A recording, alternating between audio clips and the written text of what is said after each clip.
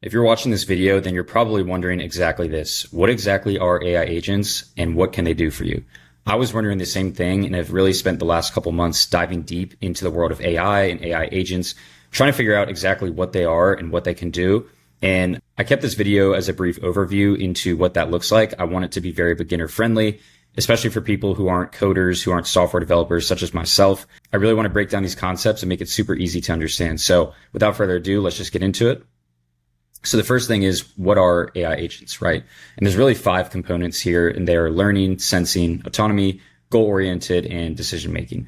And before I talk about each one of these and break it down, I want you to think about an AI agent as an employee, right? An employee is someone you hire in a business who you delegate tasks to. That's really what an employee is at the end of the day.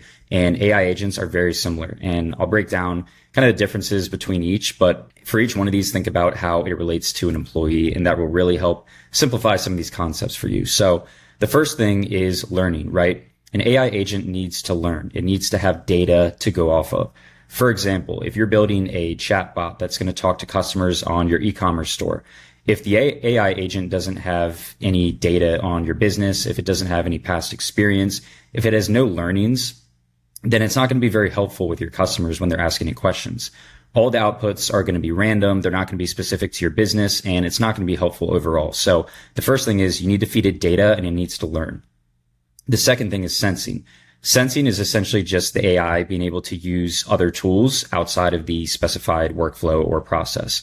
Think about this in terms of an employee. If you give them a task to do and you give them a very strict process to do it, if there's something missing outside that process that the employee knows that they need to do to get the task done, they're just going to use critical thinking to realize, okay, I need to do this other thing to get this task done.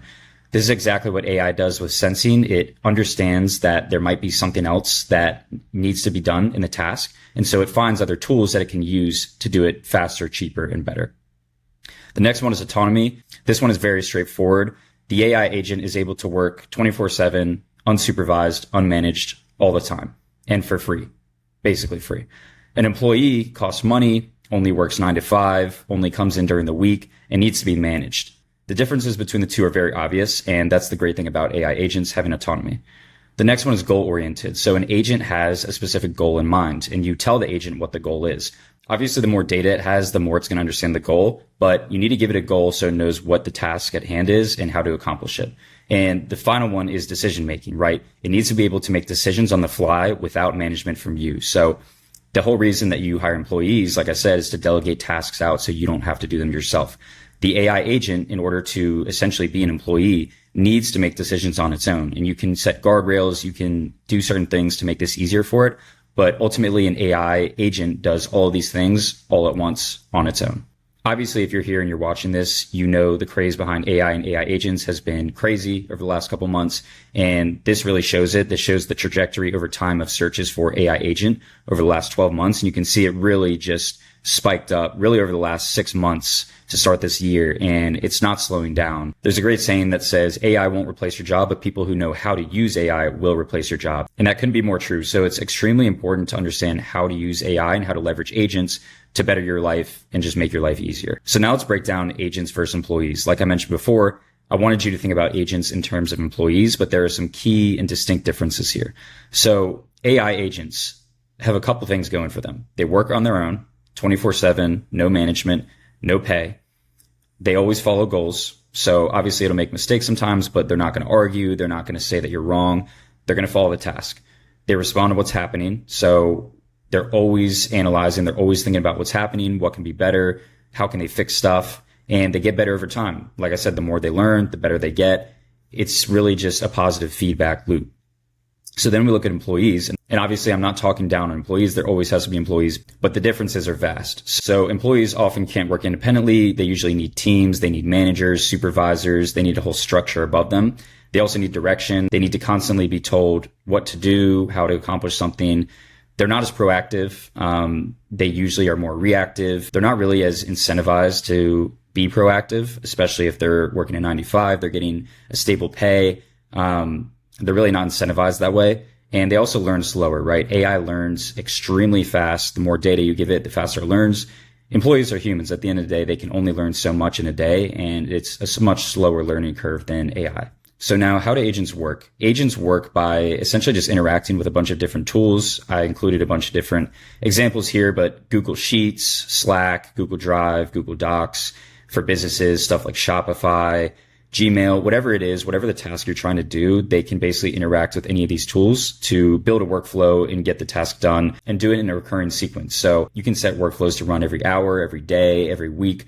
Whatever that looks like, you can set it and the agent will do it. So this is an example of a simple workflow. You have your start here, right? And then after your start, you put in certain processes. And so a process might be something like send an email to a client or send an email to a lead. It's really any action that involves any of the tools that I mentioned earlier. And essentially each process feeds into the next one, right? So you have your start, process 1, process 2. This is where the agent actually comes in. The agent is going to make a decision and decide where it should go from there. So up until here, when you have start, process 1, process 2, that is a workflow, right?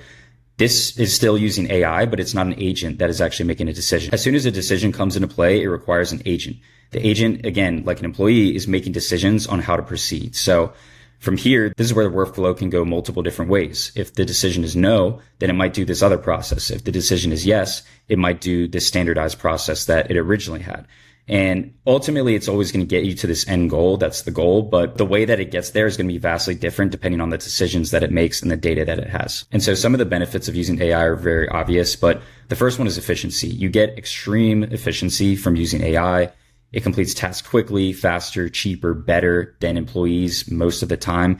And the second one is cost savings. It reduces labor expenses by a lot, especially if you're running a big business and you have employees, you have tech costs, software, all that kind of stuff. Anything that can be done by an AI agent is going to reduce your cost savings down significantly. And so where can you use agents? You can use them anywhere. You can use them with marketing, onboarding, customer success, project management. There's all kinds of stuff that you can use them for. And it doesn't just have to be business. It can be anything in your personal life. You can create personal assistant AI agents. You can do anything that you can think of, any task that you do that's mundane and repeatable and you want to automate, an AI agent can probably do it for you faster, cheaper, and better. And so that's it for the overview. I wanted to keep it simple and straightforward for you. I hope this gives you a little bit better insight into what AI agents are and what they can do. I'll be making a lot more videos that go more in depth into how to use them, how to build them, all that kind of stuff. But if you enjoyed the video, I appreciate the likes, comments, subscribe, and I'll see you in the next one.